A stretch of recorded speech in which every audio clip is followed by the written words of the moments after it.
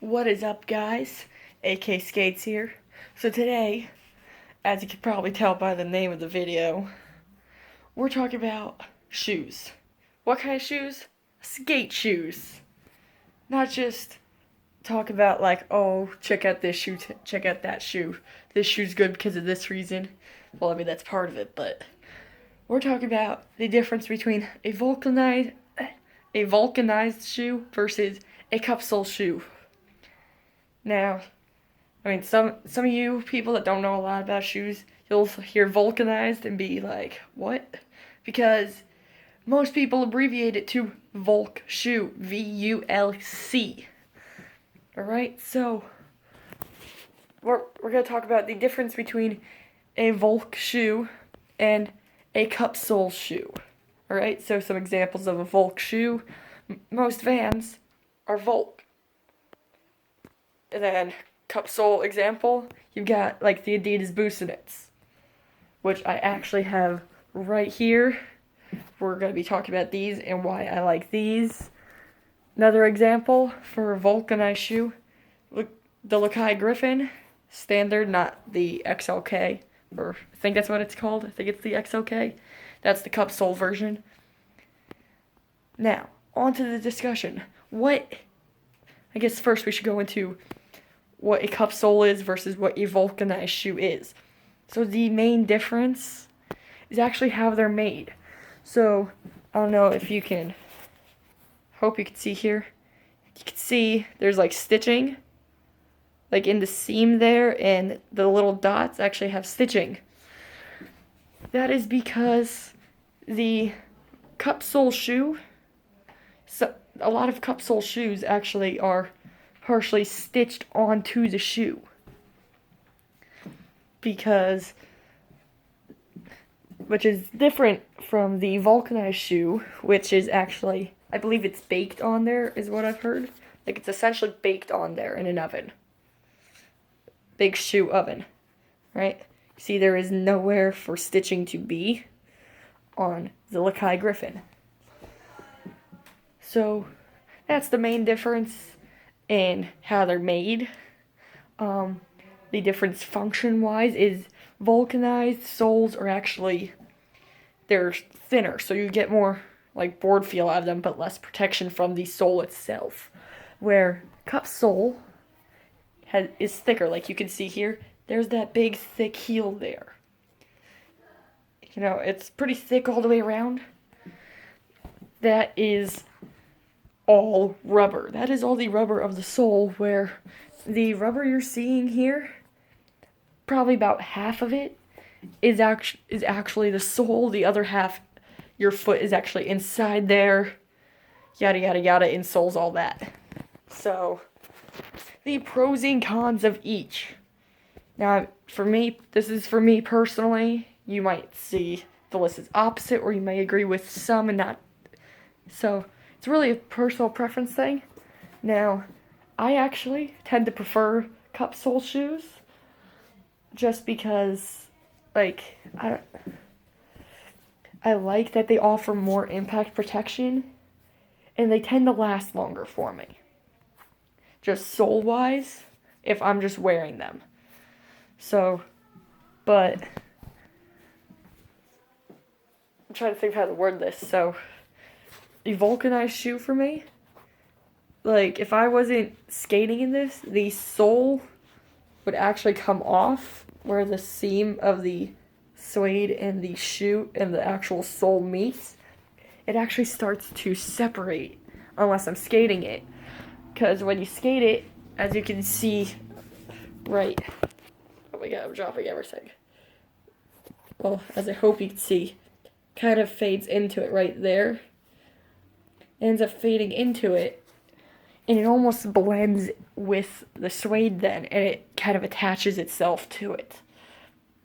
So that is one thing. If you're getting a vulcanized shoe just to wear, the sole itself will probably come off of the shoe, but sooner than a Cupsole shoe would. I've never had that problem with a Cupsole shoe, so that is the pro to a Cupsole shoe if you're just wearing it. Skating it, like I said, I actually own a lot of vulcanized shoes. I think I said that. I own a lot of vulcanized shoes. In fact, most of my shoes are Volk. Part of that's because Volk shoes are easier to find. And part of that is they're also cheaper. Volk shoes are normally cheaper. Those Akai's I got for like $24 on sale. And so they're normally, I think they're like 60 normally, but they were marked down to like 40. So like if you get your shoes from like Zoomies or something, which I'm guilty of doing, I pretty much see it as a shoe store. And it has like emergency stuff, like I think I got my longboard there. Stuff like that. But anyways, Volk shoes. Wait, what was I saying? Yeah, like Volk shoes tend to get marked down, and so they're easier to find at a lower price. You can do that with a Cupsoled shoe. Don't get me wrong. You can find. I think Zoomies has the Adidas Boost, and I think you can get the Cupsoled version for like $40 right now. Like I think it's the Third and Army leather Cupsoled ones. You can get for like $40 right now. Seriously? Pretty good. At least at the time of this video. If you're watching later, might not still be like that, but maybe. But anyways, so they're cheaper. That's the pro. Pretty sure that's a pro for everyone. And then con for me is the lack of, I guess, protection and support are the two main things. So for the Lakais, especially, I know the Lakais have an insanely thin insole, which most vulcanized shoes will have a thinner insole because you normally buy a Volk shoe for more board feel. For me, I like protection because when I'm learning a trick, I land wrong. And landing wrong hurts. So I actually end up putting new insoles in my shoes, which does cost a little bit more, but you're getting a cheaper shoe. You can afford to spend a little bit more on a insole that you can then put in your shoe. I actually kept the Lakai stock insoles in my shoes and put the insoles from my Osiris Raiders, which I think all of you, well, not all of you, but I think a lot of you saw the review I did on these a while ago. Yeah, so I actually put these insoles in there. I might have actually said that in the review video. And it's working pretty good. Okay, we're back. Technical difficulties. I accidentally pressed a button that I shouldn't have. And we're back. So like I was saying, working pretty good. You can always do that. You take the insoles from your old pair of shoes, you stick them inside your Volk shoes, you got a little extra protection. Pretty good. Also, Volk shoes are, I guess I shouldn't say they're normally, I guess, it's really hard to say. Like, I feel like you can find Volk shoes in a better variety of, like, styles. Like, I've got Volk high tops, there's the Etnies Murana come in Volk mid tops. In fact, that's the only way that you can get a Murana mid, which really bums me out because I would like a Cupsoled. And this is why I would like a Cupsoled. Purely because of the protection. You can have tons of protection and still have tons of board feel, which is where I love the Vulcanized. I haven't skated these a ton, but as you can see, they're thinner up at the toe, thicker at the heel. It's great. It works great. Probably did a few sessions in these. Still good. They're actually my normal everyday pair of shoes, which is why I haven't done a whole ton of them. But they're good, and a lot of Cupsoled shoes actually come with a better insole. Like this insole, while it doesn't seem like much, is actually, it's pretty cushiony, but you also don't need as much of a hefty insole for protection when you have a Cupsoled. Now, I think it's the Suchus, that have, the Adidas Suchus that have super thick heel. I mean, I could be wrong. It might be the Superstars. I know the Superstars have super thick heel, but a super thin toe on their insoles. That is because it offers great board feel while still giving you the protection and support you need.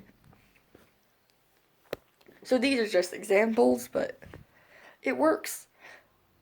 You know, and so there's not just black and gray, not black and gray, we're not talking about tattoos, but black and white, you know, light side, dark side, Volk cups.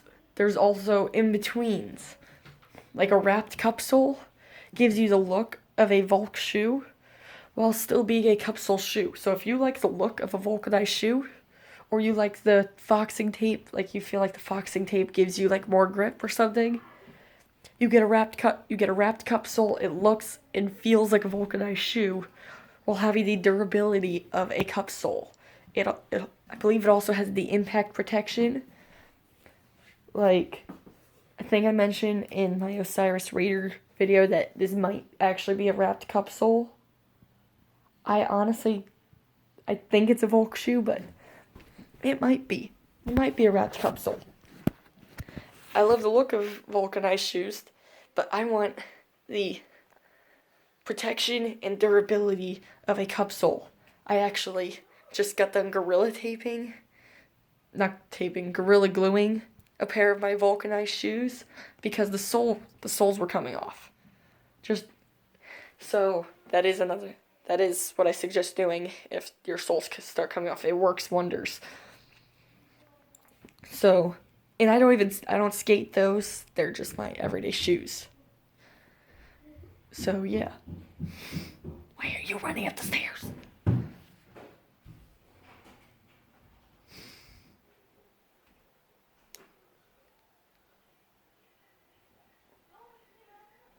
Is she gonna close the door anytime soon?